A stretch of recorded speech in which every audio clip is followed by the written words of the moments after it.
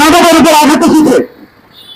এর কাছ থেকে আজকে সকালে নগদ 1,10,000 টাকা কানের পর্দা থেকে টান দিয়ে স্বর্ণের জল নিয়ে দিয়েছে।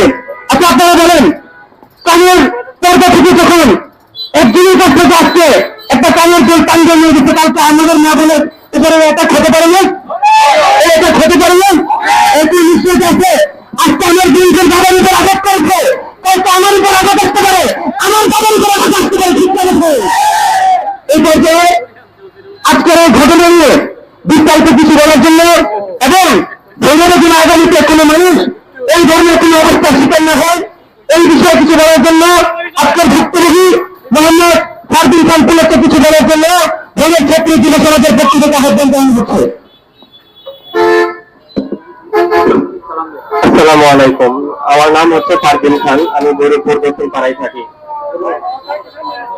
যদি আজকের ঘটনার বর্ণনা করতে যাই তাহলে খুবই মর্মান্তিক একটা ঘটনার সম্মুখীন হয়েছি, কিন্তু তার আগে আমি ভৈরব শহরটাই কি বলে সম্বোধন করবো? প্রাণের শহর ভৈরব, এটি প্রাণ নেওয়ার শহর ভৈরব, কোনটা বলে সম্বোধন করবো ভৈরবকে? আমি এই প্রশ্ন আমি আপনাদের সবার দ্বারা রেখে গেলাম এবং প্রশাসনের দ্বারাও রেখে গেলাম। আমরা কিভাবে এটাকে প্রাণের শহর ভৈরব বলি? এটা তো প্রাণ কেড়ে নেওয়ার সম্পদ কেড়ে নেওয়ার শহর হয়ে গেছে, ছিনতাইকারীর বাসস্থান হয়ে গেছে এই শহর। যদি শুরু করি আমি আজকে সকালের ঘটনায়। আমি গতকাল রাতে আমার বাবা অসুস্থ ছিল, যার কারণে ইমার্জেন্সি আমি সকাল ওনাকে ট্রেনে করে ঢাকা নিয়ে যাওয়ার পরিকল্পনা করি এবং সেই সপ্তাহে আমরা বের হই এবং বের হওয়ার কিছুক্ষণ পরে বের কবরস্থানের সামনে আসা মাত্র আমরা ছিনতাইকারীর শিকার হই। ছিনতাইকারী হচ্ছে 4 থেকে 5 জন ছিল, ওরা কিংবা 6 জন, তাদের মধ্যে একজন বাচ্চা ছিল। বাচ্চা বলতে 12-13 বছরের ছোট্ট একটা বাচ্চা, বলতে আমাদের অনেক ছোট, তাকে আমি বাচ্চা বলে সম্বোধন করবো, কিন্তু সে আজ একজন ছিনতাইকারী। আমি তাকে বাচ্চা বলতে পারছি না, সে একজন ছিনতাইকারী, কারণ সে আমাদেরকে ছিনতাই করেছে। হিন্দু বাংলায় সে আমাদেরকে ছিনতাই করেছে, সে একজন ছিনতাইকারী। একটা বাচ্চা পর্যন্ত এই সমাজে সেফ না, এই প্রশ্নের কাছে সেফ না। বাচ্চা আজকে ছিনতাইকারী হয়ে যাচ্ছে। আমরা কি করছি? এটা কিভাবে একটা প্রাণের শহর? এটা তো প্রাণ কেড়ে নেওয়ার শহর, এটা ছিনতাইকারী বাড়ানোর শহর। যাই হোক, আমরা যখন বাসা থেকে বের হয়ে কবরস্থানের সামনে আসি, ঠিক সেই মুহূর্তে 5-6 জন আমাদেরকে ঘিরে ধরে এবং আমাকে প্রথমে, আমি রিক্সার সামনে ছিলাম এবং আমার বাবা মা ছিল রিক্সার পিছনে বসা।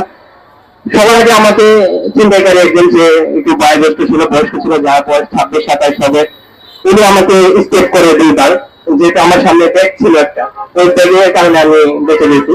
কিন্তু তারপরে আমার হাঁটুতে কোনো ধরনের প্রোটেকশন ছিল না, যার কারণে তারা আমার হাঁটুতে অ্যাটাক করেছে এবং আমার কাঁধে একটা ব্যাগ ছিল, যেটা হচ্ছে যেটাতে কিছু অর্থ সম্পদ এবং আমার বাবার মেডিকেল রিপোর্ট ছিল, যেগুলো আমরা গতকাল সাবমিট করার কথা ছিল, আসলে আগামীকাল গিয়ে সাবমিট করার কথা ছিল, সেগুলো করবো আর কি। ওই ব্যাগটা প্রথমে হেডসেট আন দিয়ে আমার কাছ থেকে নিয়ে যায়।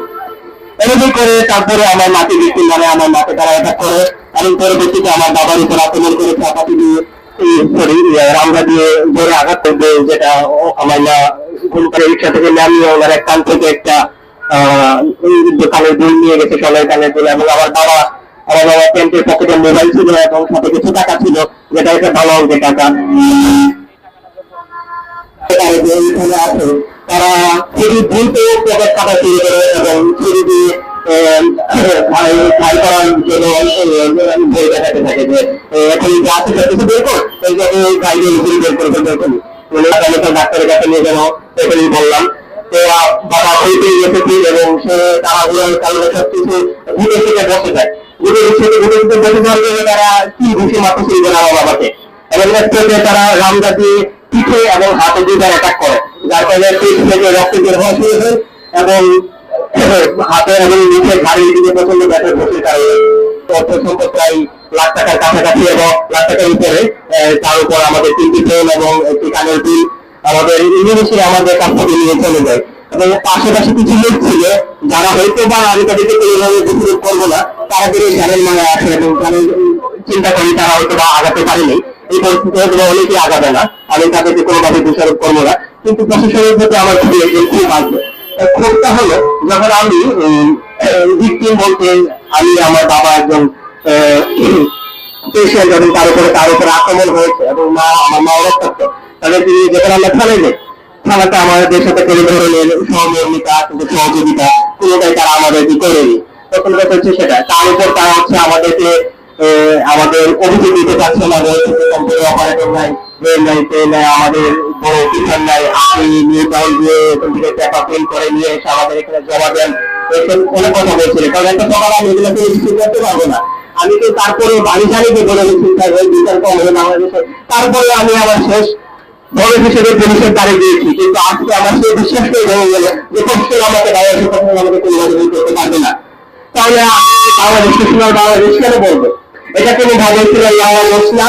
আমরা এটাকে যদি আজকে কন্ট্রোল করতে না পারি, এটা কোনোদিন শোনার গৌরব হবে না, প্রাণের গৌরব হবে না, সোনার বাংলাদেশ কোনোদিনও হবে না। এটাই হচ্ছে আমার আজকের আপনাদের দ্বারা একটাই কথা যে আপনারা সবাই নিজের দায়িত্ব এগিয়ে আসুন এবং সবাইকে আবার অবস্থান থেকে প্রতিকার শুরু করেন। ধন্যবাদ।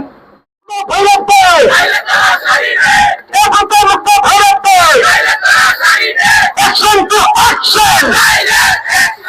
Action to action! সমাজের action! অধিকার মুক্ত ভৈরবে পুলিশটা হিজড়া, পুলিশটা হিজড়া। ছাত্রীদের তুলে আছে, আমরা তোমার খবরছে, আমরা কি করে দিন আসছে আপনার দোকানের একটা গাড়ি নিয়ে বের হতে যাবে। পুলিশটা হিজড়া, অধিকার মুক্ত ভৈরবে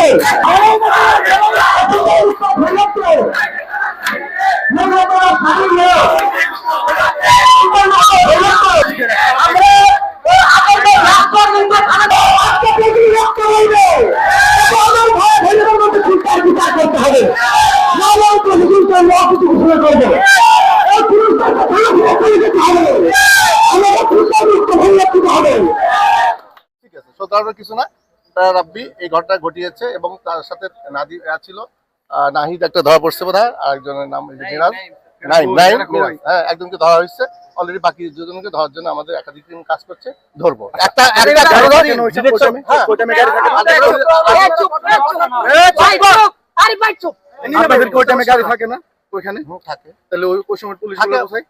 প্রতিটা জায়গায় তো পুলিশ থাকে, একাধিক থাকে, কিন্তু লজ্জা দিবেন না, একটা কথা বলছেন। আমি আপনাকে আরেকটা ফ্লাশ করি, সিএনজি নিয়ে যে যারা দাঁড়ায় থাকে তাদের সামনে যখন ছিনতাইকারী নামে, তারা পুলিশ সিএনজি থেকে নামে উল্টা দিকে হাঁটা শুরু করে, তখন এটা কি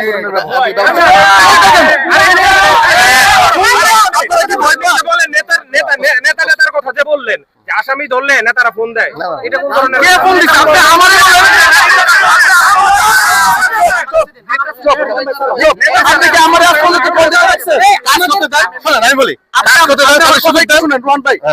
আমাকে আজ পর্যন্ত থানায় দেখছেন?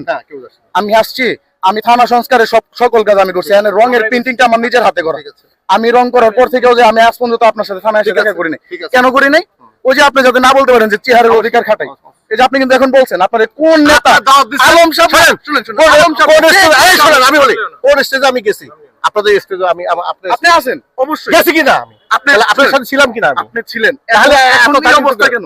এই অবস্থায় আমার যা সীমাবদ্ধতা আছে সেই অনুযায়ী আমি কাজ করে যাচ্ছি, কাজ করবো আছে। স্কুলের সামনে দুইজন করে পুলিশ বসা থাকতো, ছিল না, স্কুলের সামনে চিন্তা হয়েছে দুইজন করে পুলিশ গার্লস স্কুলের সামনে নদী বাংলার সামনে ছিল, কোথায় তারা?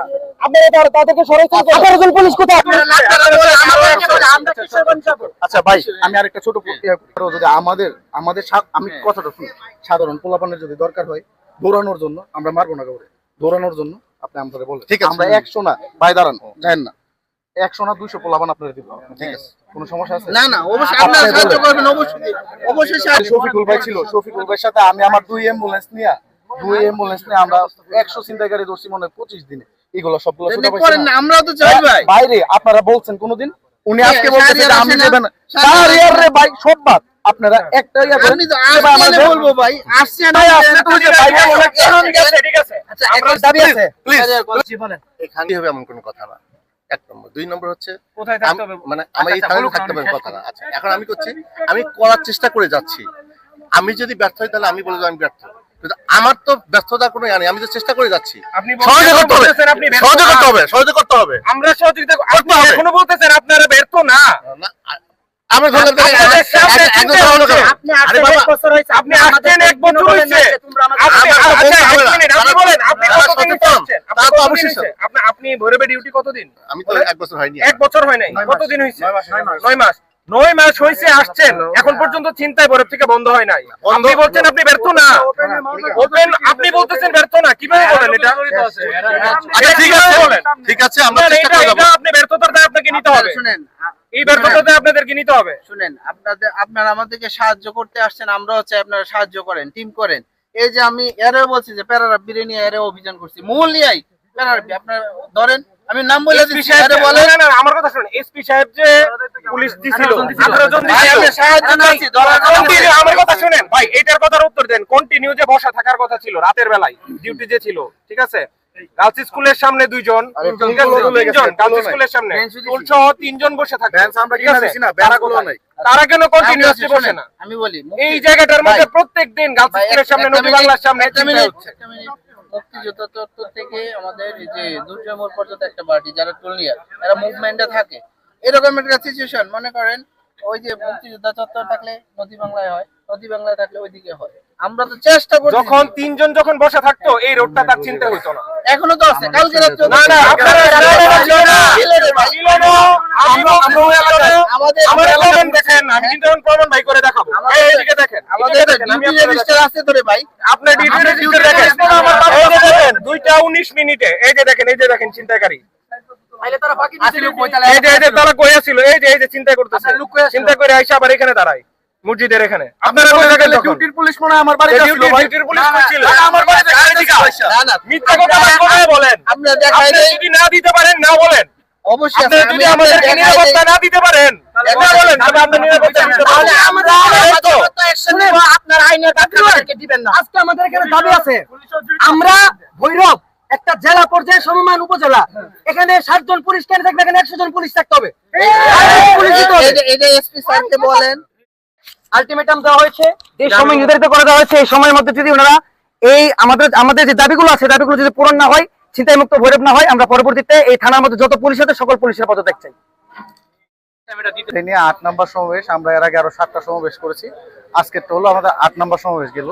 8 নম্বর সমাবেশে আমরা এতটুকু বলতে পারলাম যে এতদিন আমরা শাড়ি আর চুরি নিয়ে বের হই নাই, কিন্তু আজকে হলো আমরা ভৈরব থানাতে শাড়ি আর চুরি নিয়ে আসছি। তারপর তাদেরকে বলার পরে এখন হলো 3 দিনের আলটিমেট দেওয়া হলো। 3 দিনের ভিতরে যদি তারা কোনোভাবে ছিনতাইকারীগুলা ক্যাপচার না করতে পারে, আমরা এই শাড়ি আর চুরিগুলো 3 দিন পরে আবার দিয়ে যাব। আর আজকের আন্দোলনটা আজকের যে সমাবেশটা, এই সমাবেশটা ডাকার মেন কারণই হলো যে ভৈরবের পুলিশ যারা ছিল তারা নাই। বিশেষ করে আপনার অনেক জায়গায় স্পটগুলো খালি আছে, খালি থাকার শর্তে যে ছিনতাইকারীগুলো এখন বর্তমান ছিনতাই করতেছে, ওই বিষয়গুলো নিয়ে আজকে আমরা আসলে করা হয়। যে আজকে ওসির সাথে কথা বললাম ভৈরব থানা, তারপর আপনার সেকেন্ড অফিসার, তাদেরকে আলটিমেটলি দেওয়া হলো যে 3 দিনের ভিতরে যদি তারা সবকিছু পৌঁছাতে না পারে, আমরা তাদেরকে আবারও পুনরায় এইভাবে আসবো। যদি প্রয়োজন হয় আমরাও মাঠে থাকবো, আমরা সবসময় যেভাবে থাকি আমরা আজকে থেকেও থাকবো। আর এই 3 দিনের পরে যদি কোনো কিছু না করতে পারে, ভৈরবের যত পুলিশ আছে তাদেরকে আমরা শাড়ি আর চুরি সকলকে গিফট করে যাবো ইনশাল্লাহ। আসসালামু আলাইকুম।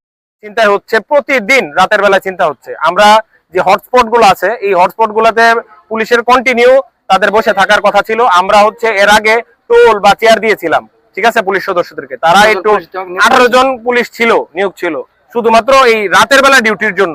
তারা এটাকে সরিয়ে নিয়েছে। আমাদের এখন আলটিমেটাম তাদেরকে দিয়েছি যে এই 18 জন আজকে রাত থেকে প্রত্যেকটা যে হটস্পট আছে, এই হটস্পট গুলাতে আজকে রাত থেকে তারা বসে থাকবে কন্টিনিউয়াসলি। সিএনজি নিয়ে যে ঘুরে ঘুরে যায়, সামনে একটু সামনে যায় আবার পিছনে চিন্তা হয়, আবার পিছনে যায় সামনে চিন্তা হয়, এটা আর চলবে না। তারা এখানে বসে থাকবে।